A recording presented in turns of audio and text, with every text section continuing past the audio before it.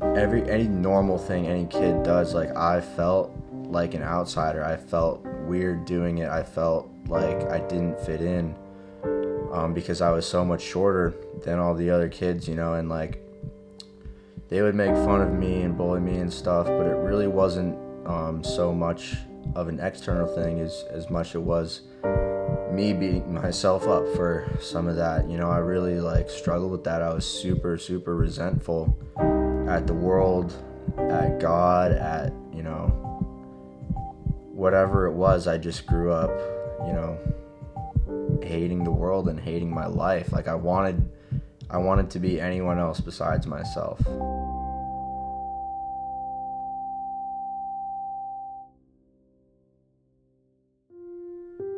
Action.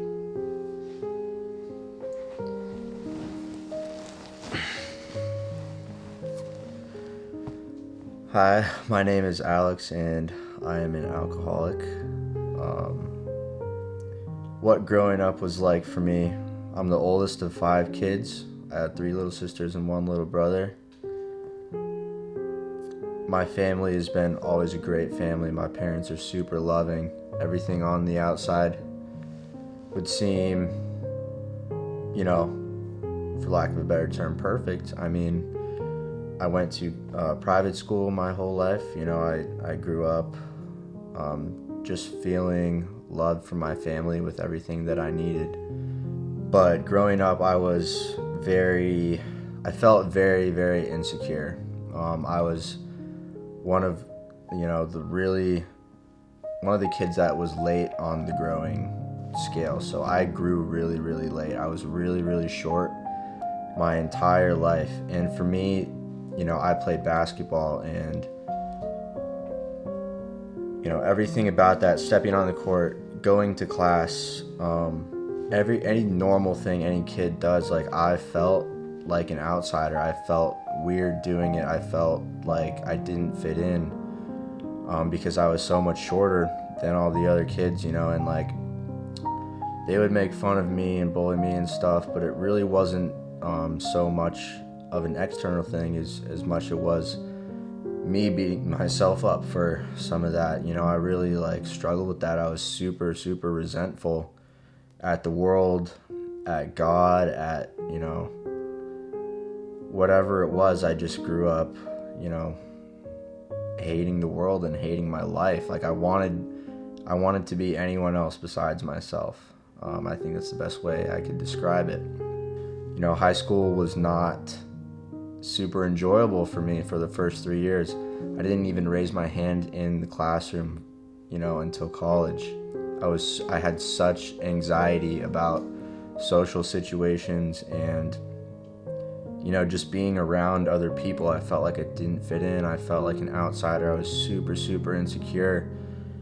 And that all led up to senior year, when I took my first drink of alcohol. For my whole life, I had been super anti-drug, super anti-alcohol. I thought that I was stronger than all that. I thought I was above it. I thought that was for kids who wanted to be cool and fit in, and that wasn't me. Like I'm an outsider or whatever. I'm above that.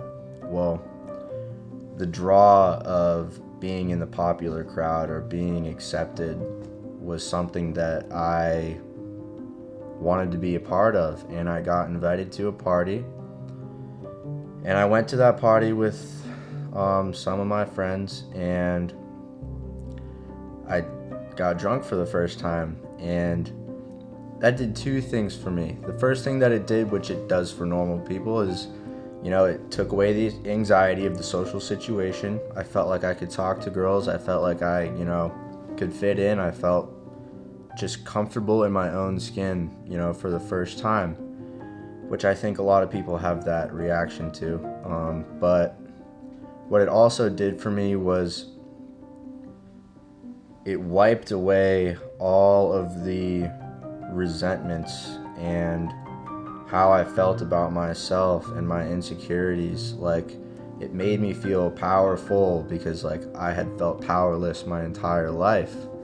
It made me feel big and strong, not, short and weak. It made me feel superior, not inferior. It did more for me than it does for, a normal person. I felt like I had found my solution. Like alcohol and drugs, this was it. This was the answer to every problem I was ever gonna have in my entire life. That was my mindset after the first night that I got drunk. I was like, you know what? This is the greatest thing that ever happened to me.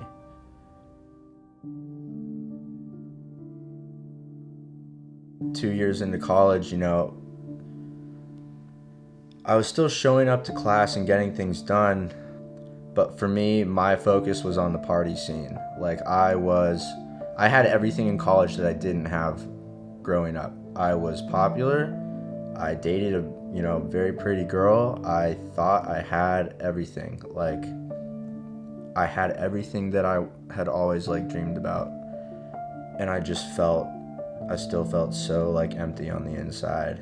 And I filled that void with drugs and alcohol. And moving on, I end up getting kicked out of school for an alcohol-related incident that I barely even remember. And basically I lost all of that in a matter of a few months. And now I'm at home. I got no responsibilities, no job, not really that many friends because all my friends are still in college. And so now I'm home from college, and this is the first time that I actually tried to stop, right? So I'm I'm aware that this is an issue. And long story short, that cycle continued for another 3 years. For me, I didn't lose anything. I gave everything away. I gave away relationships. I gave away a ton of money. I just I had to move out of my house, my parents' house. People didn't want to be my friend. People didn't want to be around me. And I was just filled with this self-pity. I felt sorry for myself just over and over, And so I'm this can't keep going on. So I decided to go to treatment for the first time in October of, I think it was 2018. And I go to treatment, not really wanting to be there, but there because of consequences, I didn't really want to get sober. I was just suffering consequences that I didn't want to suffer anymore. And I go in with a closed heart and a closed mind. I lasted 7 days, but basically from there, I left in 7 days. From there, things only got worse. But I kept it up. So in January of 2020, I decided to go to treatment again. 2 weeks later, I feel good again. I feel physically good. I'm detoxed, and I have no follow through on any plan. I stay for 30 days or whatever. I go home and get drunk again.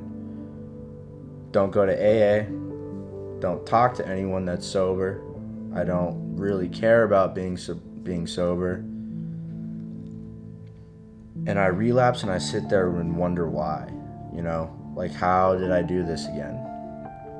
For me getting drunk, I'm drinking over a bottle, usually 2 bottles of vodka per day. I'm blacking out multiple times in one day. I'm literally just drinking so that I can black out my entire life, not face any of my problems, not deal with anyone or anything, and basically just blotting out my existence. And I'm sitting there. I had gotten drunk that night or whatever. It was 9 o'clock in the morning. I drove my car to downtown Phoenix, and I'm sitting outside of my cocaine dealer's house, and I'm just sitting there thinking please stay awake, please stay awake. I need this. I needed those drugs more than I had needed anything else in my entire life.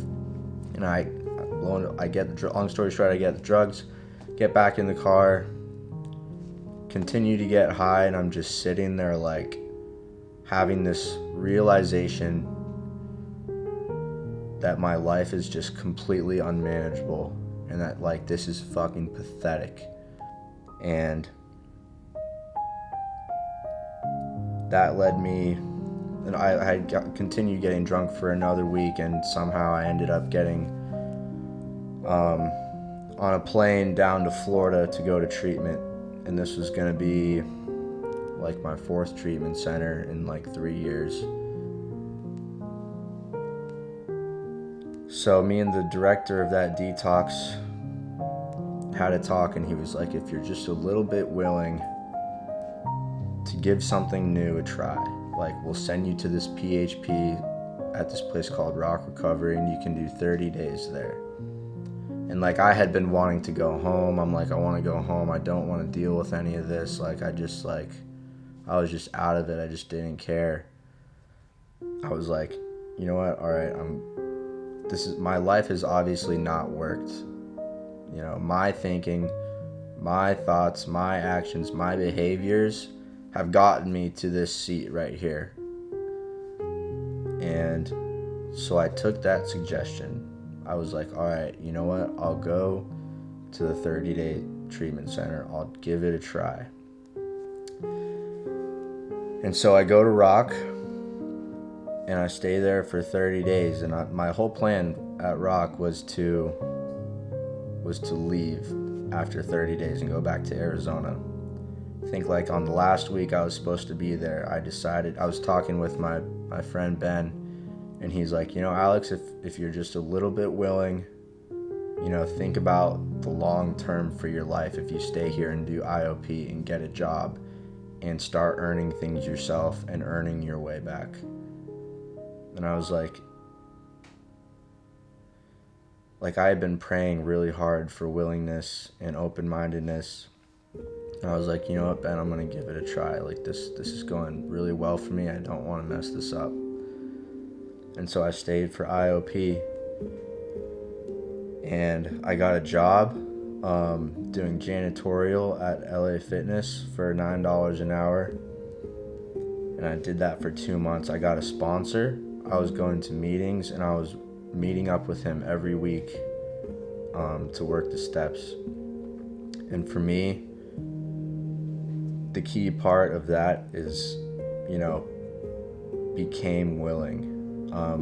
I was not willing right away.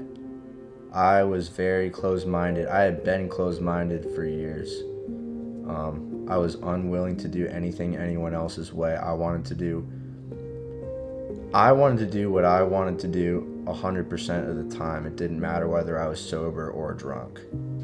And, you know, to be sitting here with 6 months of sobriety is like really just like a freaking miracle, man. Like I don't even know how I got here or like, you know, why I deserve to be here, but I know that I do. And sobriety for me today is the hardest thing I ever did, for sure. But man, like I am so happy. Like I don't have everything put together on the outside, but like the work that I did on the inside in my relationship with God and my higher power, like I'm so secure with myself and who I am, and that was only attained through the 12 steps. Like I really believe that, and you know, I'm just super, super grateful to be able to sit in this chair right now. I think for me, what recovery has given me today is like a life beyond like my wildest dreams, and the way that I am able to continue to keep doing that, you know, is through service and through, you know, being there for other people and talking to other alcoholics, because I understand what they're going through. You know, service is the most important thing to me, and you know, it's the 12th step for a reason, and I really believe that, you know, God plays a huge part in just helping me be of service to another. If I can get out of my own way and help someone else, you know, I feel like I'm doing God's will. And that's what recovery means to me.